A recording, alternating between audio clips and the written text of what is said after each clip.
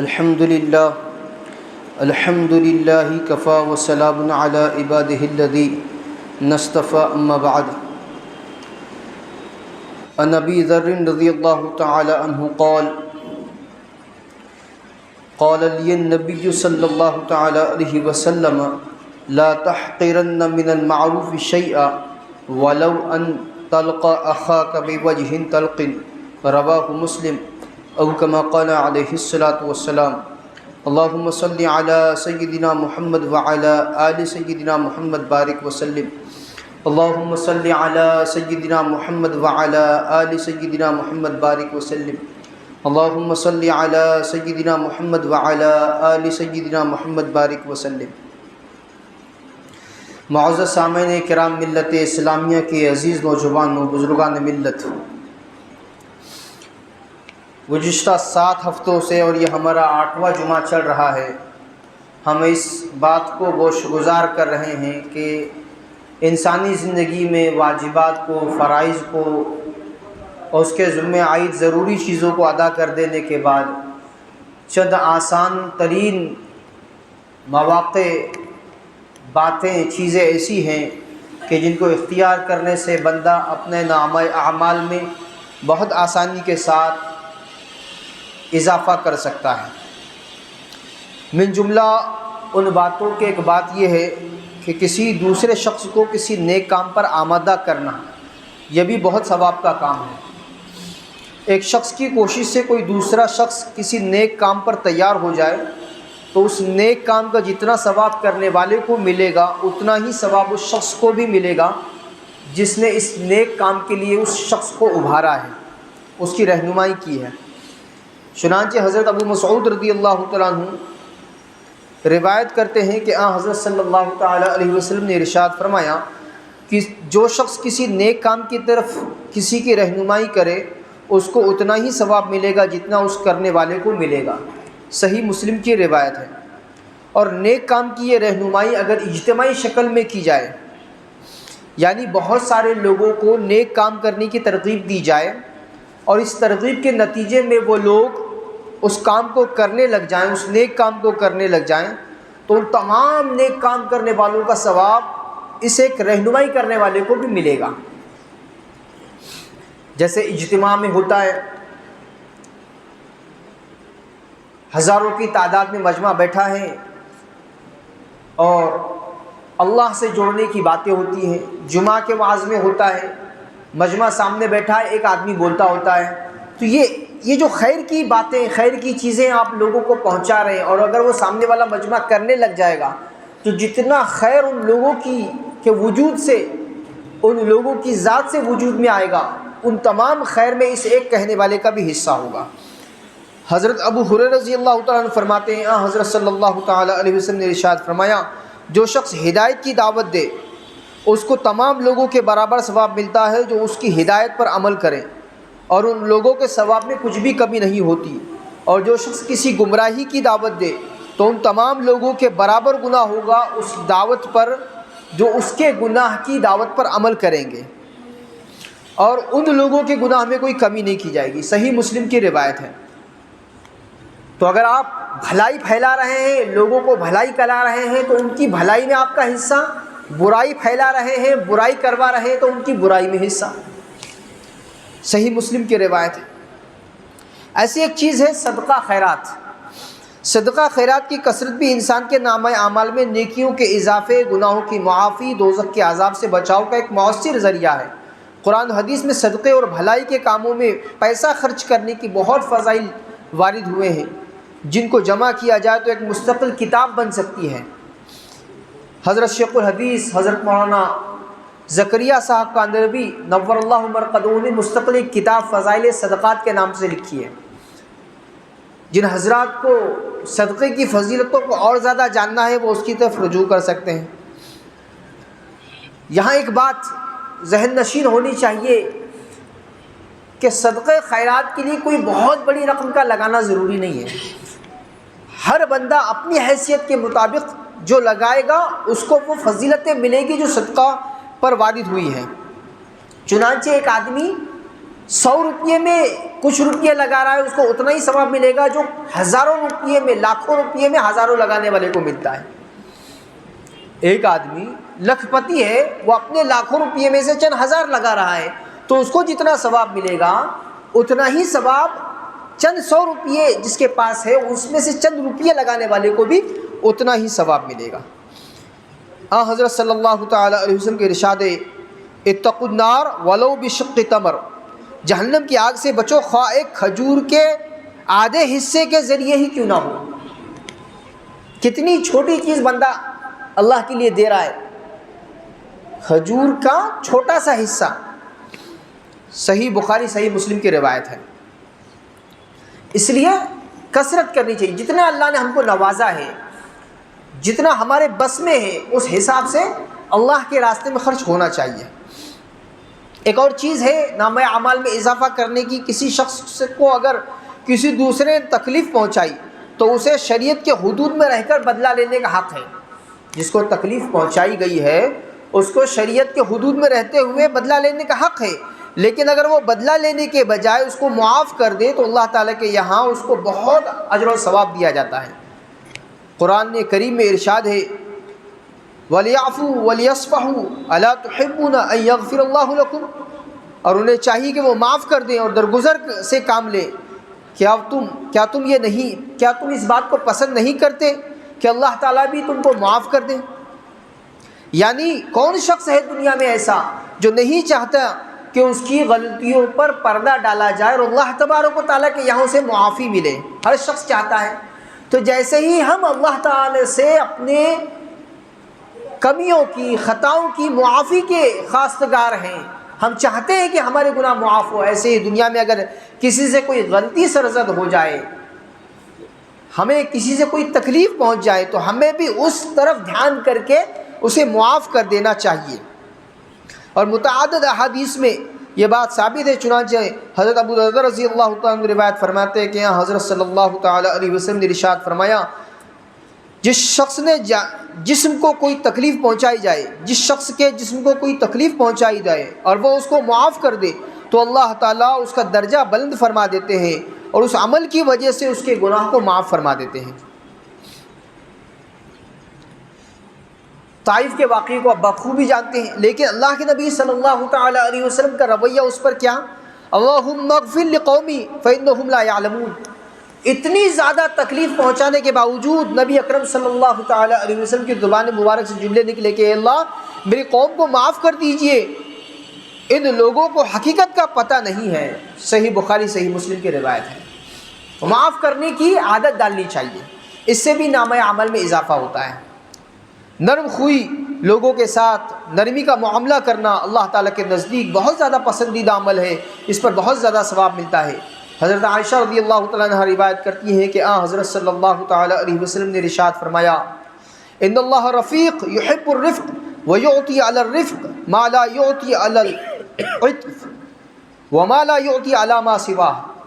اللہ تعالیٰ نرمی کا معاملہ کرنے والے ہیں، نرمی کا معاملہ کرنے والے کو پسند فرماتے ہیں اور نرم خوئی پر اجر عطا فرماتے ہیں، اور سختی پر وہ چیز نہیں دیتے جو نرمی پر دے دیتے ہیں، کسی اور چیز پر بھی وہ چیز نہیں دیتے جو نرمی پر دیتے ہیں۔ مسلم شریف کی روایت ہے۔ حضرت عائشہ رضی اللہ تعالیٰ عنہ نقل فرماتی ہیں کہ حضرت صلی اللہ تعالیٰ علیہ وسلم نے ارشاد فرمایا ان الرفق لا يكون في شيء الا زانه ولا ينزع من شيء الا شانه۔ جس چیز میں بھی نرمی ڈالی جائے گی نرمی اس کو مزین کر دے گی، جس چیز میں بھی نرمی ڈالی جائے گی نرمی اس چیز کو مزین کر دے گی، اور جس چیز سے بھی نرمی نکالی جائے گی وہ چیز عیبدار ہو جائے گی۔ صحیح مسلم کی روایت ہے۔ نرم خوئی کا مطلب یہ ہے کہ غصے سے مغلوب ہو کر سخت الفاظ یا سخت رویہ اختیار کرنے سے پرہیز کیا جائے، دوسرے سے نرم الفاظ نرم لہجے میں بات کی جائے، اگر کسی سے کوئی گناہ یا اس سے کوئی خلاف طبیعت چیز واقع ہو جائے، اس کا اظہار ہو جائے تو اختلاف کا اظہار بھی ایسے انداز میں کیا جائے کہ جس میں ترش روئی نہ ہو، خیر خواہی کا جذبہ ہو، تواضع ہو، دل سوزی ہو۔ ایسے ہی چھوٹے کی تربیت کرنا اگر مقصد ہو تو اس پر غصہ نہ نکالا جائے، بلکہ بہت زیادہ نرمی کے ساتھ اس کو سمجھایا جائے۔ لوگوں سے الجھنے جھگڑنے کے بجائے نرمی سے اپنے معاملے کو حل کرنا چاہیے، یہ نرم خوئی ہے۔ ایسے ہی ایک چیز ہے نیکیوں میں اضافہ کرنے کی صلح کرانا۔ مسلمانوں کے درمیان کوئی تنازع واقع ہو جائے تو ان کے درمیان صلح کرا دینا بھی بہت بڑے ثواب کا کام ہے۔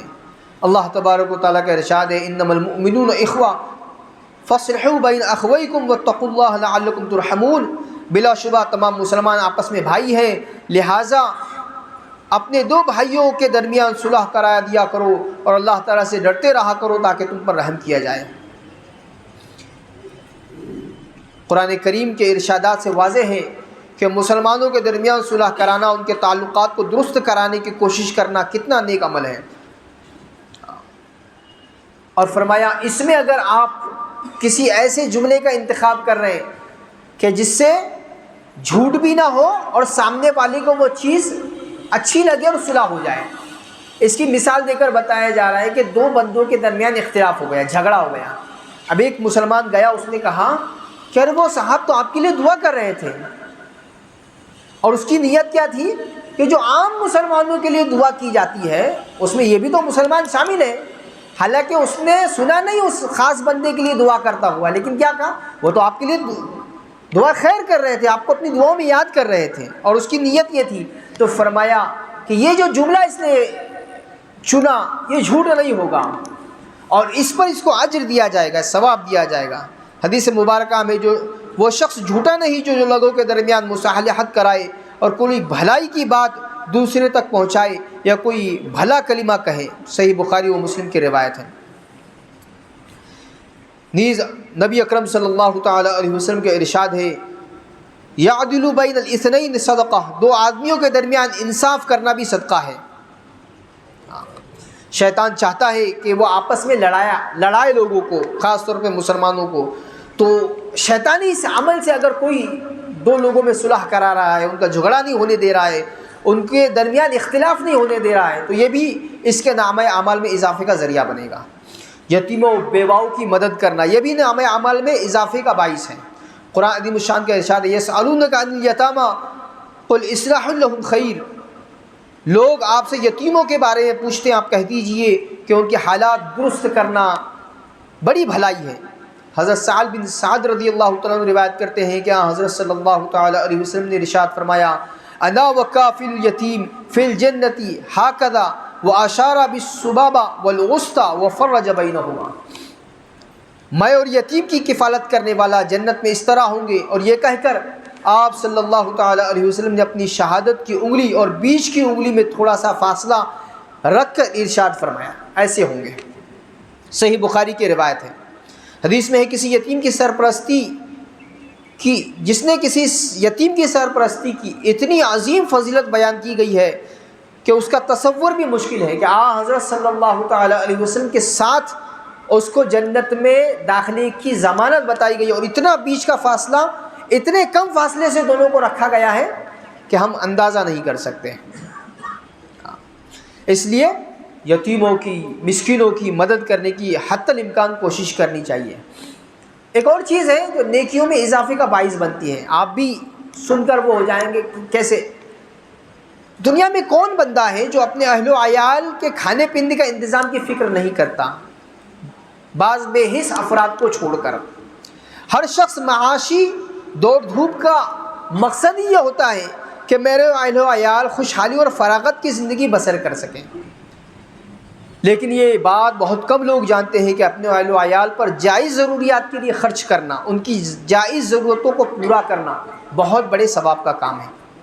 حضرت ابو ہریرہ رضی اللہ تعالیٰ عنہ روایت کرتے ہیں کہ حضرت صلی اللہ تعالیٰ علیہ وسلم نے ارشاد فرمایا ایک درہم جو وہ اللہ کے راستے میں جہاد کے لیے خرچ کرے، ایک درہم جو وہ کسی غلام کو آزاد کرنے کے لیے خرچ کرے، ایک دینار جو کسی مسکین کو دے اس پر خرچ کرے، اور ایک دینار وہ جو اپنے گھر والوں پر خرچ کرے، بیوی بچوں پر خرچ کرے، ان سب میں سب سے زیادہ ثواب اس دینار کا ہے جو اپنے گھر والوں پر خرچ کیا جائے۔ صحیح مسلم کی روایت ہے۔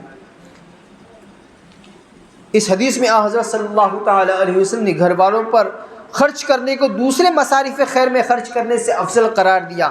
اس کی وجہ یہ ہے کہ گھر والوں پر خرچ کرنا فرض کی ادائیگی کا ثواب رکھتا ہے، اور دوسرے مصارف میں خرچ کرنا نفل درجے میں ثواب رکھتا ہے۔ تو نفل کا جو ثواب ہے اس سے بڑا ہوا ہے فرض کا ثواب، اس لیے اس کو زیادہ بتایا گیا۔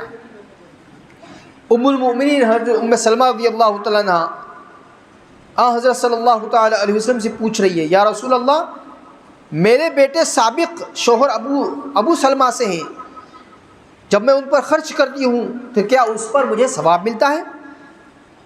حالانکہ میرے لیے اپنے بیٹے پر خرچ کرنے کی کوئی وجہ نہیں ہے کہ ان کے پاس فراخی ہے، پھر بھی اگر میں ان پر خرچ کروں تو کیا مجھے ثواب ملے گا؟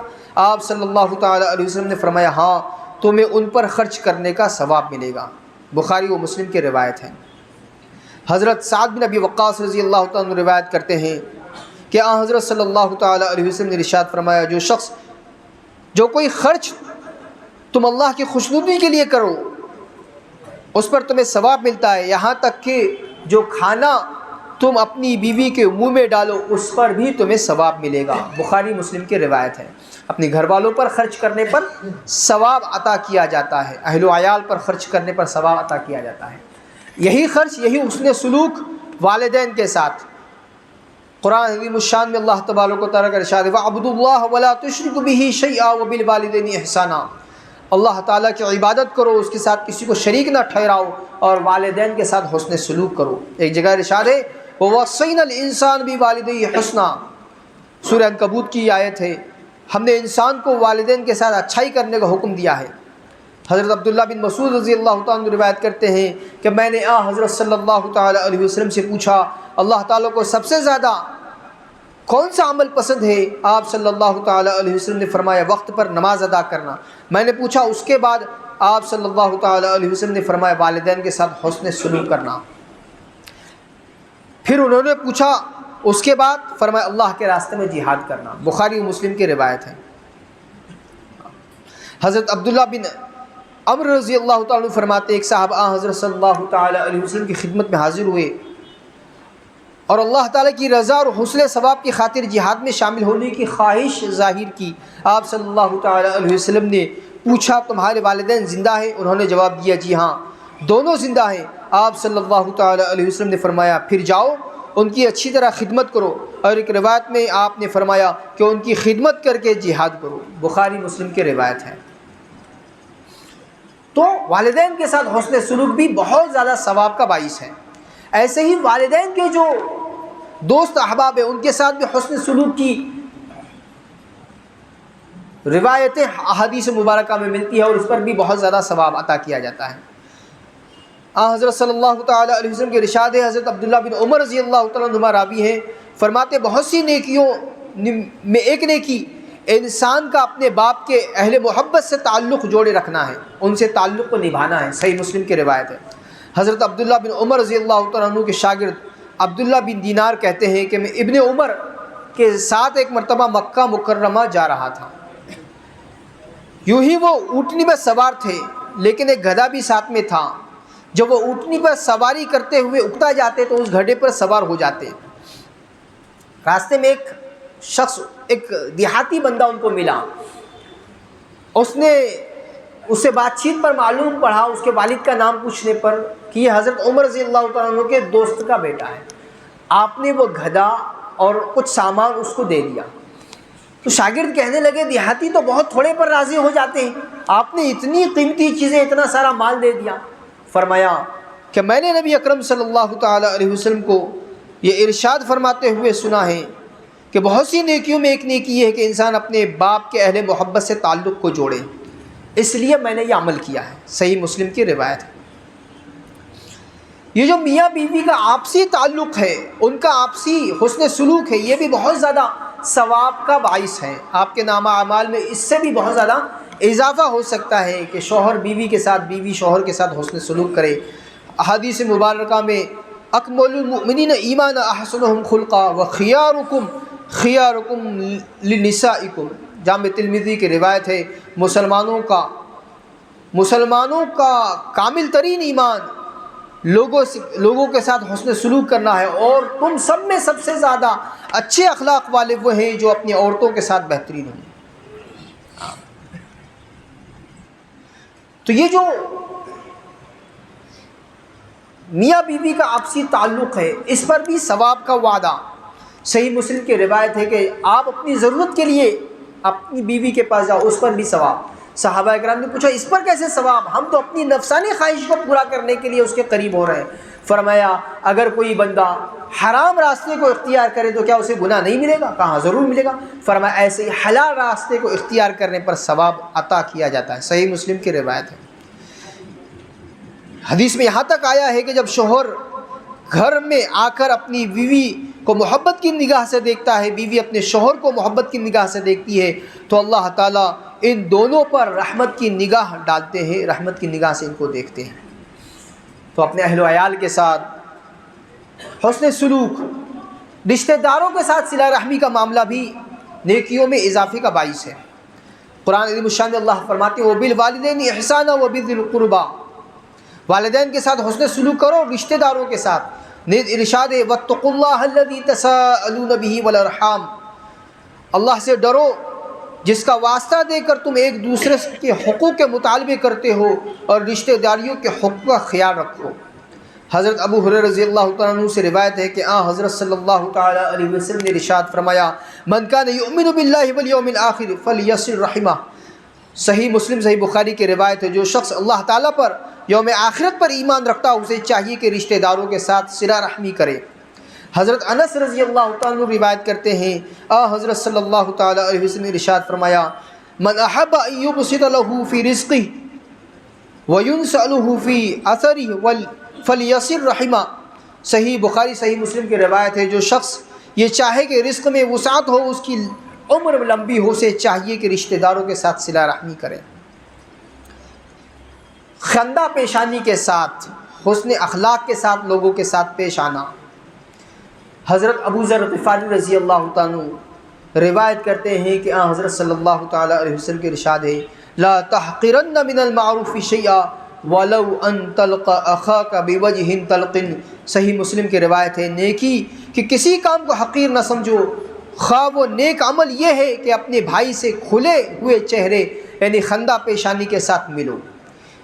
اس حدیث میں حضرت صلی اللہ تعالیٰ علیہ وسلم نے دوسروں سے خندہ پیشانی کے ساتھ ملنے کو ایک نیکی قرار دیا ہے، اور ساتھ ہی ساتھ ارشاد فرمایا ہے کہ اس نیکی کو معمولی یا حقیر نہ سمجھو، مطلب یہ ہے کہ اس پر تمہارے نامہ اعمال میں بڑے ثواب کا اضافہ ہو سکتا ہے۔ حضرت ابو دردہ رضی اللہ تعالیٰ روایت کرتے ہیں کہ حضرت صلی اللہ تعالیٰ علیہ وسلم نے ارشاد فرمایا قیامت کے دن مومن بندے کی میزان میں کوئی چیز خوش خلقی سے زیادہ وزنی نہیں ہوگی۔ اللہ تعالیٰ فحش گو بے ہدہ شخص کو ناپسند فرماتے ہیں۔ جامع ترمذی کی روایت ہے۔ حضرت ابو ہریرہ رضی اللہ تعالیٰ عنہ روایت کرتے ہیں کہ حضرت صلی اللہ تعالیٰ علیہ وسلم سے پوچھا گیا سب سے زیادہ انسانوں میں جنت میں داخل کرنے والی چیز کیا ہے؟ آپ نے فرمایا تقوی اور خوش اخلاقی۔ جامع ترمذی کی روایت ہے۔ حضرت ابو ہریرہ رضی اللہ تعالیٰ عنہ راوی ہیں، روایت فرماتے ہیں اکمل المؤمنین ایمانا احسنہم خلقا، تمام مومنوں میں کامل ترین ایمان والے وہ ہیں جو اخلاق کے اعتبار سے سب سے زیادہ بہتر ہوں۔ ترمذی شریف کی روایت ہے۔ تو یہ جو چھوٹی چھوٹی چیزیں آپ حضرات کے روبرو گوش گزار کی گئی، ان چھوٹی چھوٹی چیزوں کو آپ اختیار کریں گے، اپنی زندگی تو آپ کو گزارنی ہی ہے، ان باتوں کے ساتھ گزاریں گے تو نیکیوں میں بہت زیادہ اضافہ ہوگا، نام اعمال میں بہت زیادہ اضافہ ہوگا۔ ہمیں چاہیے کہ ہم ان تمام اعمال کو اپنی زندگی کی زینت بنانے کی ہم کوشش کریں، فکریں کریں۔ اللہ تبارک و تعالی عمل کی توفیق عطا فرمائے۔ وآخر دعوانا الحمد للہ رب العالمین والصلاة والسلام علی سید الانبیاء والمرسلین صلی اللہ تعالی علیہ وسلم۔